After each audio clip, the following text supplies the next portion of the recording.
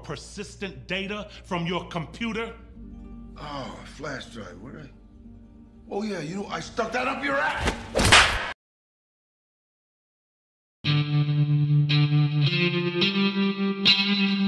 Yo, what's up sobat gabuters, balik be aku Mas Pai di channel Mas Pai 03 cuy.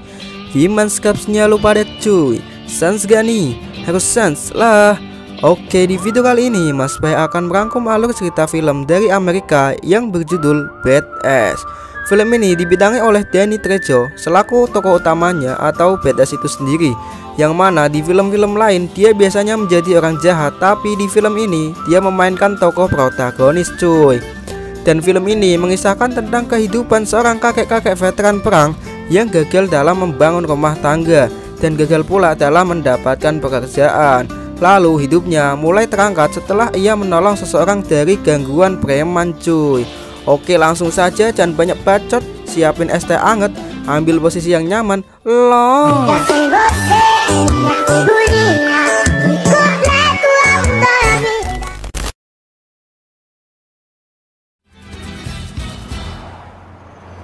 Di awal film diperlihatkan seorang kakek-kakek yang sedang duduk di dalam bis. Nah, dialah tokoh utama dalam film ini yang bernama Frank Vega. Tiba-tiba muncullah dua pemuda sok keras dan scene pun berganti ke masa lalu Frank Vega. Let me tell you how things were before all this. Di masa kecilnya, Vega hidup sederhana bersama kedua orang tuanya di ladang. Ketika beranjak dewasa, ia menemukan cinta pertamanya. Namun, kisah cinta mereka harus terpisah dengan Vega yang harus mengikuti perang melawan Vietnam. Vega bilang kepada cewek tersebut bahwa setelah perang ia berjanji akan menemuinya kembali, dan perang pun dimulai. Vega mengikuti perang selama 10 tahun, dan setelah perang selesai ia langsung menemui pacarnya yang sudah menunggu. Setelah sampai di rumahnya, Vega dikagetkan dengan pacarnya yang sudah memiliki anak. Vega pun bersedih dan langsung melupakannya. Lalu Vega berniat untuk mendaftar di akademi polisi karena ia merasa sesuai dengan pengalamannya. Tapi Vega ditolak. Dengan terpaksa ia harus menjual hotdog untuk membiayai hidupnya sampai sekarang ini. Namun penjualannya tersebut harus terhenti karena Vega kalah saing dengan penjual yang lebih canggih. Adegan kembali lagi ke scene awal tadi, di mana dua Upin Ipin ini mencoba mengusir pria tua dari tempat duduknya. Namun Pak tua tersebut menolaknya. Seketika si Upin marah dan hendak memukulnya, tapi hal tersebut langsung ditahan oleh Vega. Lalu Vega bilang, "Pergi kau dari sini atau kutubuhkan rambutmu." Si Upin yang mendengarnya langsung marah. Vega yang sudah tidak mau berkelahi dan buat masalah pun dengan terpaksa harus menghajarnya.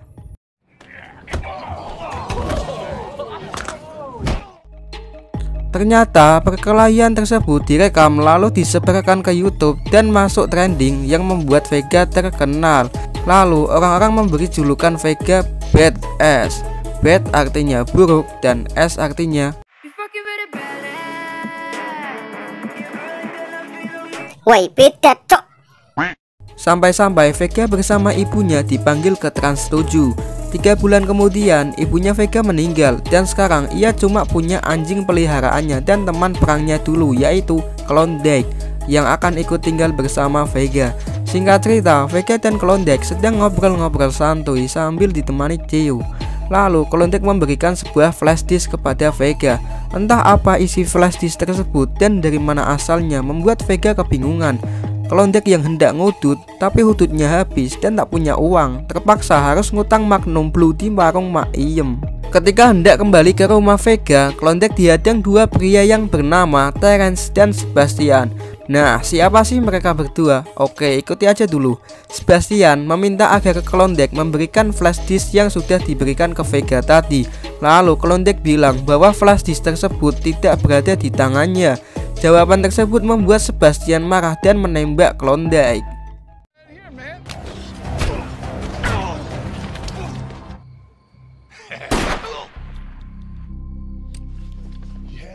Setelah Klondike tertembak, mereka berdua pun kabur. Dari sinilah seorang Frank Vega akan beraksi. Keesokan harinya, Vega pun dikabarin soal kematian sahabatnya. Lalu ia pergi ke kantor polisi untuk melihat jasad Klondike. Vega meminta agar kasus ini diusut hingga tuntas. Di malam harinya, Vega dihampirin teman polisinya yang bernama Mr. Washington. Vega bertanya gimana perkembangan kasus pembunuhan Klondike. Lalu Mr. Washington menyuruh Vega untuk bersabar menunggu penyelidikannya. Setelah sekian lama menunggu kasusnya yang tak kunjung tuntas, Vega pun pergi ke kantor polisi lagi untuk menanyakan perkembangan kasusnya. Namun si polisi bilang bahwa kasus tersebut belum ada perkembangan. Di sana Vega juga sempat melihat beberapa polisi yang seharusnya bekerja tapi malah bermain bekel nggak jelas. Dari sinilah Vega memutuskan untuk mengusut tuntas kasus pembunuhan sahabatnya seorang diri tanpa bantuan siapapun. Pertama-tama, Vega pergi ke TKP di mana Klondike dibunuh. Lalu, ia menganalisa adegan pembunuhan tersebut. Hingga akhirnya, ia menemukan kalung emas milik salah satu pembunuhnya, yaitu Terence. Di kalung tersebut terdapat foto perempuan, di mana itu adalah istri dari Terence. Vega yang tidak mengetahui perempuan di kalung tersebut menanyakan kepada seseorang. Nampaknya orang tersebut mengetahuinya dan ia menunjukkan rumah pemilik kalung tersebut. Sesampainya di sana, Vega memberikan kalung tersebut kepada istrinya Terence. Lalu Vega bertanya, "Di mana suamimu?" Istrinya Terence bilang bahwa suaminya belum pulang selama seminggu. Dan ia juga bilang bahwa suaminya yaitu Terence suka bermain basket di lapangan basket dekat taman. Sontak Vega pun langsung menuju lapangan basket tersebut. Di sana, Vega bertanya soal keberadaan Terence kepada sekumpulan pria basket. Namun, mereka semua hanya menertawakan Vega. Dengan amat terpaksa, Vega pun harus melakukannya dengan cara kasar.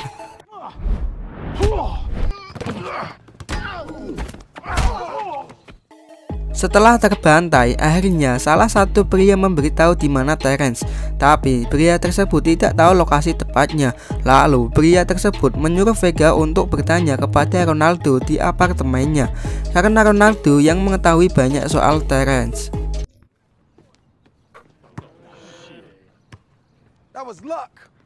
Sesampainya di apartemen Ronaldo, ternyata si Ronaldo ini sedang enak-enaknya nyeruput susu murni asli dari pegunungan. Enak tuh. Lalu Ronaldo hendak melawan Vega, tapi Vega pun dengan mudahnya mengalahkannya. Vega menyuruh Ronaldo untuk memberitahu lokasi Terence dengan ancaman akan menjatuhkannya ke bawah jika tidak mau buka suara. Karena takut, akhirnya Ronaldo pun bilang bahwa Terence berada di rumah selingkuhannya yang bernama Tania. Scene berganti di mana terdapat pria botak dan pria memakai jas sedang ngobrol. Nah, si botak ini adalah bos preman jalanan sekaligus bos dari Terence yang bernama Panther. Sedangkan pria berjas ini adalah calon wali kota.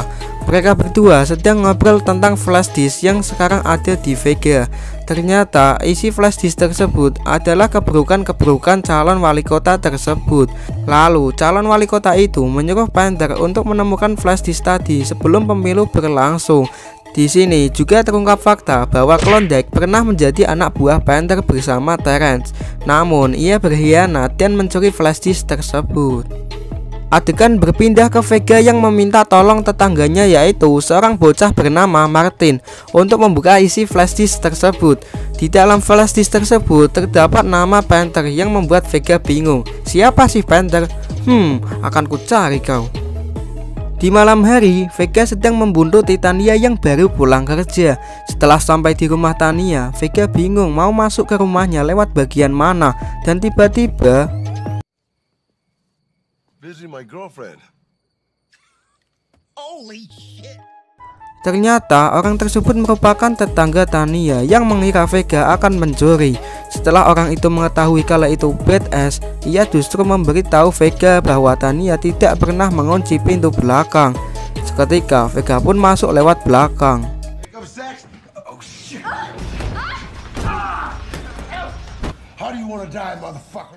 Di sini Vega menginterogasi Terence agar mau bicara siapa dalang dari semua ini, tapi Terence tidak mau mengatakannya. Lalu Vega memasukkan tangan Terence ke lubang penghancur sampah. Anjir, ini lo liatnya cok. Setelah mengalami kesakitan, akhirnya Terence pun bilang bahwa ia disuruh oleh Panther. Ia juga memberitahu bahwa Panther berada di suatu tempat bernama Bergamot Loft. Keesokan paginya, ketika Vega sedang berjalan, ia mendengar tetangganya yang sedang bertengkar, di mana mereka adalah orang tua dari si Martin. Lalu Vega mencoba melerai, tapi si ayah Martin tidak terima. Lalu ayahnya Martin pun pergi meninggalkan istrinya. Sebagai ucapan terima kasih, ibunya Martin yang bernama Jenny mengajak Vega untuk makan bersama di belakang rumahnya. Namun Vega pamit pulang terlebih dahulu untuk mandi. Setelah selesai mandi, ia pun langsung menuju rumah Jenny. Ketika sedang makan masakan dari Jenny, ia teringat dengan masakan ibunya. Lalu mereka berdua pun ngops-ngops sans, dan akhirnya Tapi bohong. scene berganti ke Mr. Washington yang sedang bermain hago. Lalu datanglah Vega yang memberikan flash disk tersebut.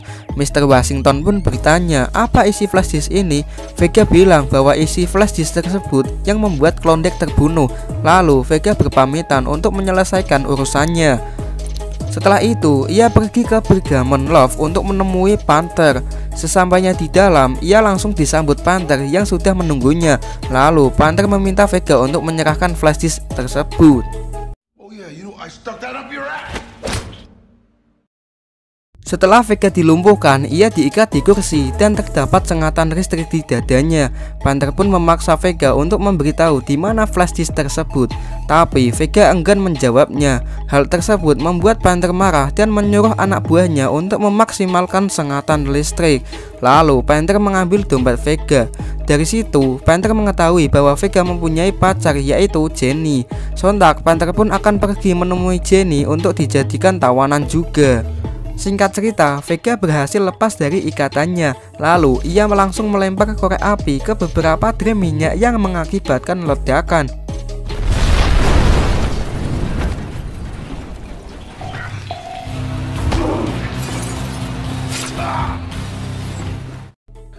Nampaknya Vega masih bisa berdiri, lalu mengejar Panther. Panther yang sudah sampai duluan akan menculik Jenny. Tiba-tiba Vega datang dan terjadilah pertarungan.